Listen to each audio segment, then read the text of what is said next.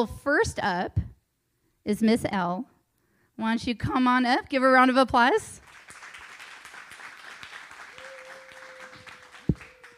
Oh, and this time I actually have my notepad because last time I didn't. Yeah, and whoever's going to be in the hot seat, bring your notepad because when people are giving you this advice, you're going to want to write it down or just have the opportunity or option to write it down.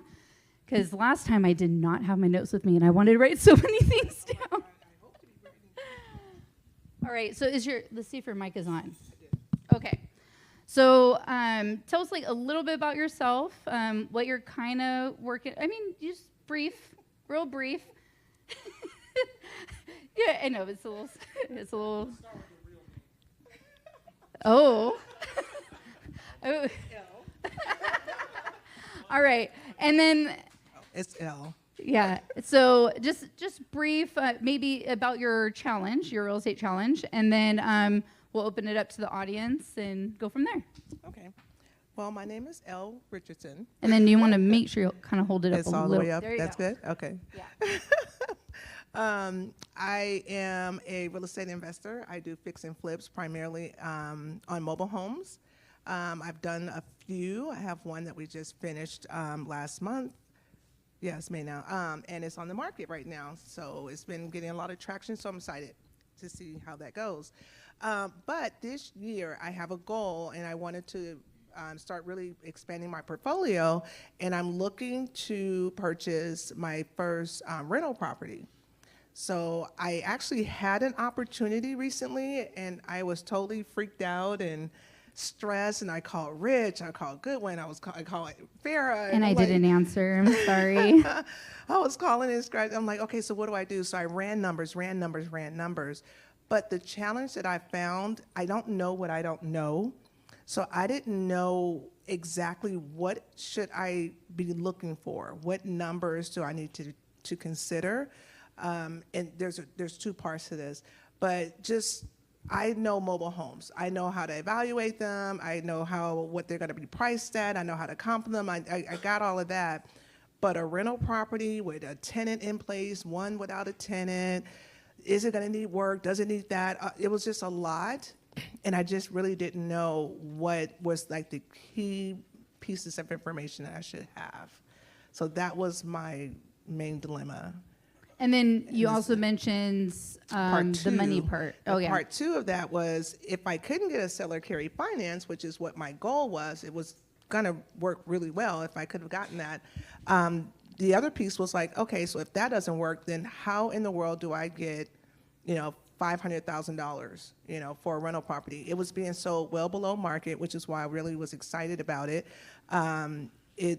ARV was, even in its condition, was about 620, but if I did more to it, about 650 easy, and he was selling it for like 535. So, and it had a long-term tenant in there who was paying right about market rent, but it hadn't been raised in a long time, but she had been there 15 years. So I also knew, I was like, I think I want her. I'm pretty sure I want her to stay. So those were my two things. It was like, okay, what should I be looking for? How do I run my numbers? What are the numbers that I should be running? And then how do I come up with $535,000 with no money down or no cash, enough cash for a down payment? Rich, do you want to share what you told me the other day about the 10-10-10-10? John Schaub's 10-10-10-10 rule? See if I can remember.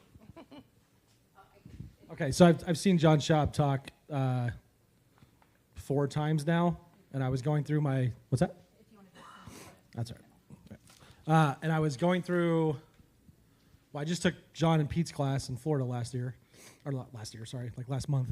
And I wrote down, one of my notes was like 10-10-10-10 rule, burn it into my brain. So let's see if I accomplish that. It is no more than 10% down, at least a 10% discount, a term longer than 10 years, and I always get 3 of them, and then no more than 10% interest.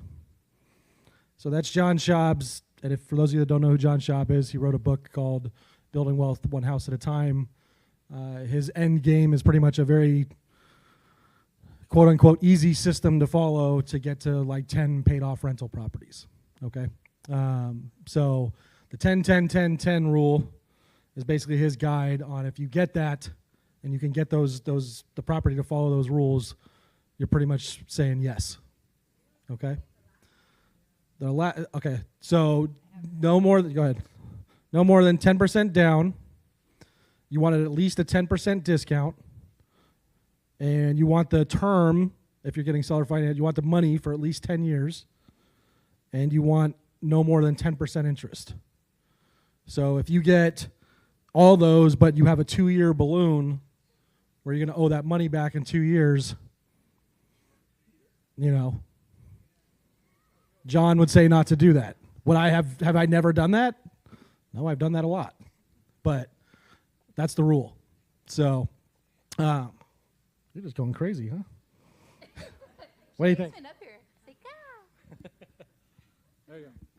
All right. Yeah, right when you said that, I was like, oh, he shared that with me the other day, and I didn't want to steal your thunder because technically John Shaw, but you paid for the class and you flew out there, so I wanted. So is that why you did not share that with me when we were on the phone? He probably forgot. I'm putting him on the. He was sick that day and was in the.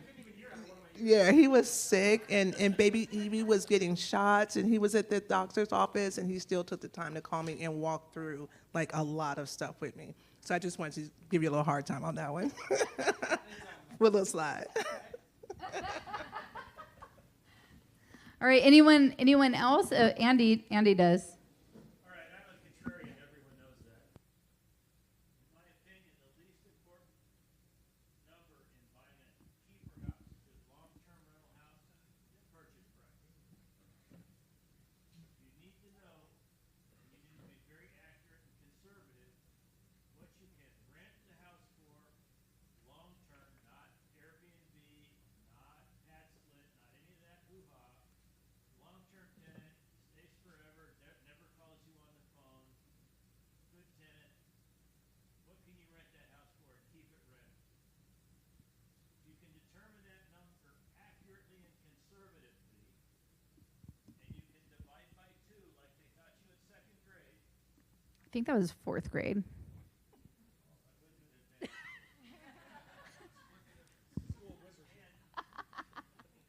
Oh, it was 3rd. Get a payment, however you buy that house, it is less than half of what you can rent it and keep it rented for. Odds are really good that your tenants can afford to buy you that house. So what was that house renting for?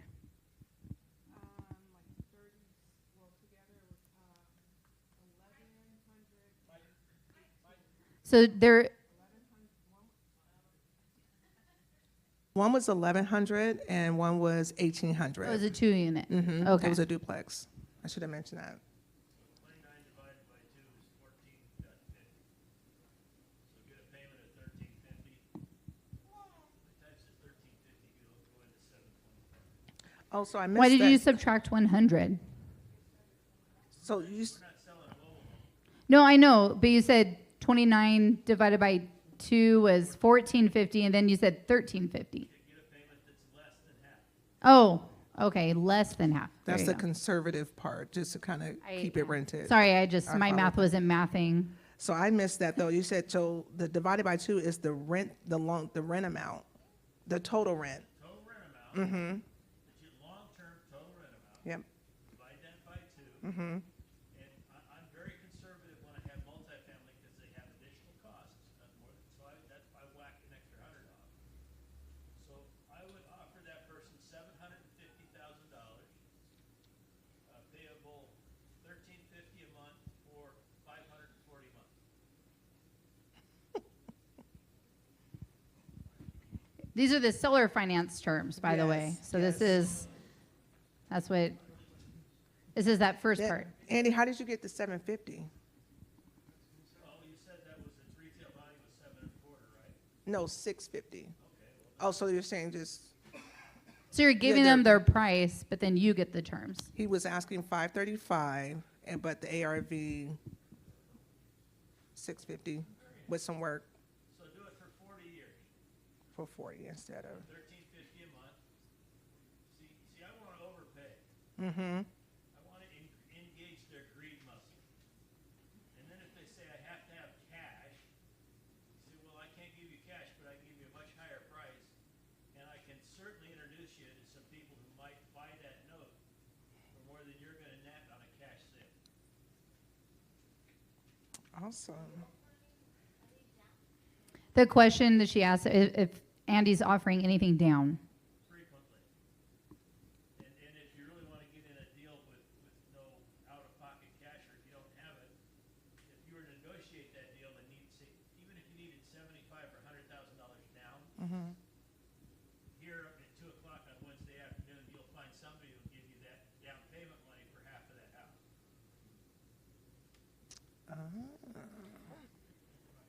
That's pretty steep, but okay. Also, I mean, for 75 or 100,000 I- for a 50% shared property Okay, ownership, how much do you have invested when somebody else puts up all the cash? 0. No, I'm asking to clarify. Is that that's what that means? So you share it would be a JV Yeah, venture, well, most of us that invest that way wouldn't be a JV, it'll be an equity participation. note. equity. Yeah. Okay. and then Rich, you had something that you were going to add? Yeah, I kind of piggyback on Andy a little bit. So when I spent time with Pete last year when he was out here, I asked him what he would do differently. You know, he's been doing real estate for 7 years, and he said he would have been more aggressive. He would have bought more properties that the tenants could afford, as long as the tenants could afford it. So even if he wasn't cash flowing on stuff, he would have still bought more. If it broke even, or even was a little bit of an alligator, a little bit upside down, by a little bit, he probably would have done it. Was his main thing. So coming from Pete, I'm trying to get cash flow obviously when I buy rentals, but if you can work a deal that somebody else can pay your mortgage for you, eventually you're going to be able to leverage that into something else. I wouldn't go out and buy, 5 rental properties that aren't cash flowing right out the gate. That's your first 5 rental properties. But keep it in mind, they don't all have to be cash cows just to be. So you're like, for an example, if one was making 1,000 a month, but one was losing 100 a month, that wouldn't be too bad. Yeah, especially if you're within that, maybe that 10-10-10 rule, but it doesn't cash flow very well.